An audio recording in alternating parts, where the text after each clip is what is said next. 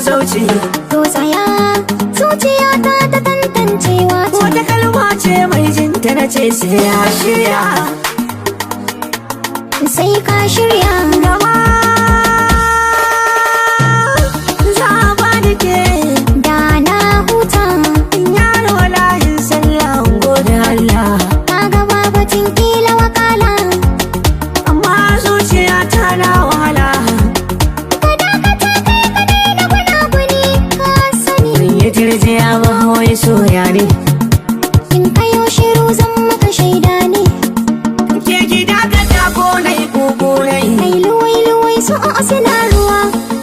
Aikin fito kamar ki ya razawa. Na kusa na gane kai da ruwa. Ni ta bulbulowa so bai zuwa. Biddaren daɗewa za mu yi zuwa. Me yasa kika fi su tunani ne? Nai ta zartuwar baitin ƙauna. Ni da ke hamada ce zauna. Zana zayyano sirrin waina. Zana so da san sirrin waina. Soyayya. Soyayya.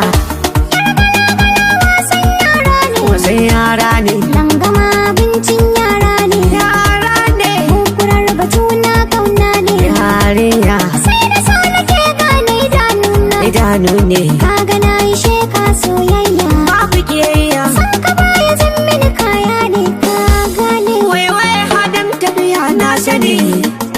Inda kai zana ce na wuni. Na yi gamo da yar fara mai kyan launi. Na rike ka kai dai kai lamuni. Makiyan mu karyar shi su cin mini. Ka zamo mafarki na tuntuni. Lokaci yana zuwa zan yi tuni. Kaga har a zuciya ka cin mini.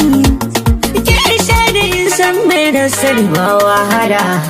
Ba yaudara. Da guguwa ta taso ban gane mafakawa. Ni dai ka zo kusa da ni. Ina haza da ta sama ba sai na gari ni ba. Kasa ina tunani. Ruwan yana a can kasa matsalar gurin ɗiba. Na san abun akwai wuya. A sanda za mu kai gaci.